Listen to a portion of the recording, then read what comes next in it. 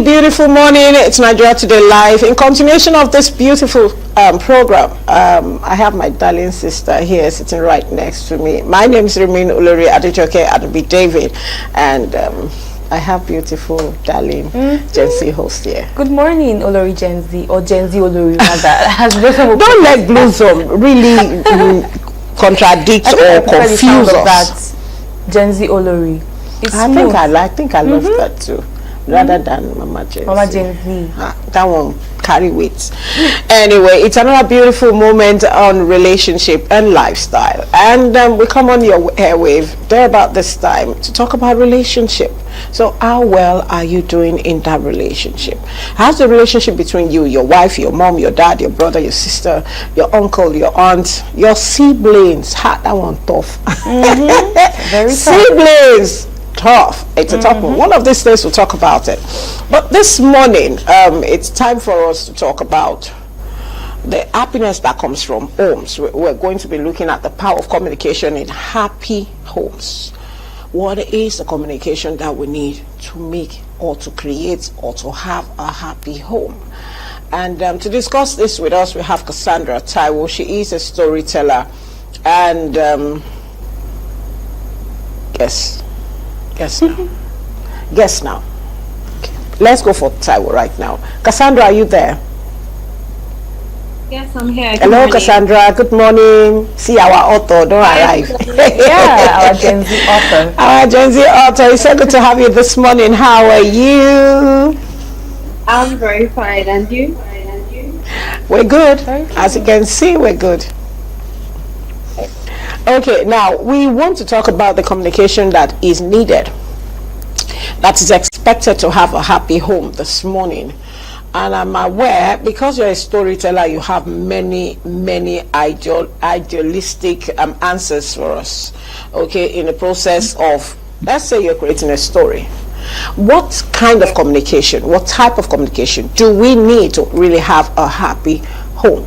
And what is communication in a home? That's my two questions to you this morning. Okay, thank you so much. As a storyteller and a filmmaker, I think we basically create our own world, like the story we want to tell.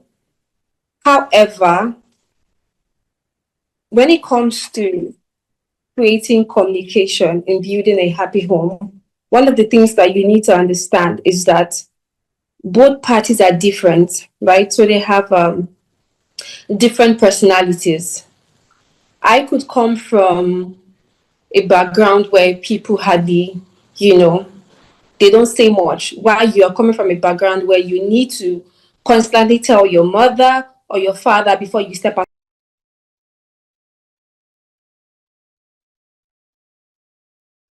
Parties are coming together to build a happy home. My question now is, how do we then manage these two different personalities, right? So you see that in order to have a happy home, you need to first understand your personality. You need to first, and communication is not just speaking, it's seeking to understand. Okay, let me listen. Where's this person coming from? What's your point of view? Do you understand? Like, let me seek to understand your personality beyond what you are saying. What is the reason why you need me to have this communication, this detailed communication with you, right? So I feel like most people are always in a hurry to talk about what they need to say rather than listening to what they are not saying. So it's beyond what I'm saying to what I am not saying, right? So if, take for example, you grew up in a home where, or you're surrounded by, lots of infidelity stories, or a home where you grew up in a home where, your father was not committed to your mother, that kind of distrust has already been planted in your heart. So when you're communicating with somebody, 90% of the time, what you're communicating to that person is from a place of distrust. So in order to communicate effectively to build a happy home, one, you need to seek to understand this person's personality. You need to understand the person's story. What is your story behind who you are, right? So it's like I said, it's beyond what this person is saying. Seek to understand the personality, right? Understand their story, their motivation. Look at what they are not saying to what they are saying. Right? I feel like that would drive the communication in a happy home. Thank I'm you sure very we all much. know Thank you that very much. communication. Thank you so much for your well-detailed analysis. So right now, what would families do? Because there are so many families out there that have lost this communication, healthy communication with their families to build the happy home that we are talking about. So what happens when families don't communicate effectively, and what are the solutions to this particular problem to make them open up and start communicating as they should? Okay, communication is hard work. Communication is hard work. So in order for you to communicate as you should, you need to be committed. You need to tell yourself, oh, I'm going to be committed. No matter how difficult it is, right? I always say that, so one of my favorite phrases is that sin thrives in secrecy. So if you try to cover something up, it doesn't help. But no matter how wounded you are, no matter how you are bleeding, if you uncover it to try to, roll up your trousers or anything to try to get proper treatment, you'll get better. So no matter how difficult a conversation might be, no matter how difficult it might be, I think if you are committed, like I'm just going to say it, no matter how hard it is, it would help build a happy home. Take for example, let's say your wife, we know it's a partnership. Let's say your wife gets a good job that is, times 10 what you're earning. As simple as, oh, I'm so happy for you. However, I don't know how I feel. I'm in between feelings. I'm happy for you, but at the same time, I wish it was me. It's a very tough conversation to have. But trust me, a lot of husbands, a lot of men, are battling with I don't want to say insecurity or envy, and it could be the same for women as well, right? I'm just putting it towards the male gender, because they tend to battle with a lot of ego and all of that compared to women. I'm not saying women don't battle with things like that, but the male gender tend to have it like times 10, right? So imagine a husband that is battling with envy over this the wife's career. Does that make him a bad person that should be banished from the earth? No. However, when you have that kind of conversation with your wife to say, hey, honey, I'm happy for you. However, I just feel like my own career is stunted. I wish that I had this opportunity you had. That's a tough pill to swallow. Oh, okay, you're happy for me, but at the same time, you're in between feelings.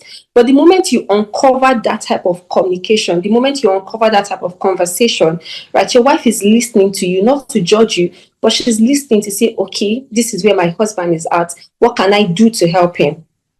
Right? What can I do to help him? It could be just a simple hug, or just let him know that I'm there for you. Most times when we have communication with people, it's not all about trying to fix the problems. Most times it could be just to listen to the person. Just let the person, oh, I see you, I know where you're at, but I want to know that we're in this together. It could just be a reassurance, right? So most times people are not willing to have that kind of hard conversation. It's easy to have a conversation when everything is going on well, but when it's not, why do we keep it to ourselves? Right? And at the same time, we want to build a happy home. And then again, most people are not willing to be committed. It takes a lot of hard work. And I'm not saying keeping update to say, oh, I just got to Ojo Legba. Oh, I'm at VI. No, who are the people you met? What is going on in your head? What are your plans? What are your insecurity? What are your fears? Those are the type of communication that if we intentionally have with our spouse, with our siblings, it would we'll just have a better society. Let me put it that way. I want to use this personal story for example. Right. So my brother was applying for, a better job, right? Himself and his friend, they were applying for a better job. And this was like oil and gas kind of job. And then the friend got an interview, but he didn't get. he was happy for his friend, but at the same time, he said to me, "Oh, I don't know. I never would have guessed that I would be envious of somebody." Do you understand what I'm trying to say? We are humans, we are all flawed. But the moment you are able to uncover that flaw to somebody you trust and have that tough conversation, not just a happy home, the society will be a better place, actually. I love the ending of this discussion, really. I actually wanted you to chip into a word of advice to viewers at home on the power of communication in a happy home. Okay, it's not just about what we make provision of, it's not about making all the money, but the communication that is needed to make the home really a place you want to come back to. And I don't know if you have one or two things to say. Finally, just 60 seconds, can you just wrap it up by advising our viewers at home? Okay, so what I want to say is ask God for help. No matter how tough it is, ask God for help. No matter how tough it is, read up books, read up on things, on how to communicate better, right? Ask ChatGPT if you would, ask the Holy Spirit, right? But tell yourself that you are going to be committed, and you need to be ready to break the cycle. Ask yourself, did you come from a happy home? If you did not, is this what you want for yourself? If it's not, then you need to do something different. And by doing something different, it starts with you acquiring knowledge. It starts with you praying. It starts with you being committed.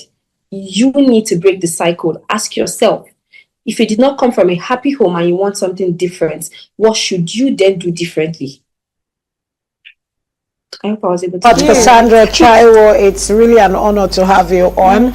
She is an author, a transformation coach, and also a storyteller. Wow, it's all loaded. And the way you were talking, you talk about producer. Okay, it's all loaded. We appreciate you joining us this morning. Thank you so much. Wish you the very best of today. Have a lovely day ahead of you. Bye. Okay. Gratitude. Finally, it's me and you. The power of communication in a happy home. Happy homes. What are we taking home as we take off from this? What should be our take home? Like she said, break the circle. Ask yourself questions. Do I come from a family where we don't communicate, where everybody is putting up their defense, trying to be tough when they really are not tough? Okay. Just break the circle and do things differently. I also pick the fact that you need to study more, learn more, research, ask questions. There are many things happening around us that is enough for you to even study and know where exactly you belong. Where do you want to? What kind of home do you want to have for yourself?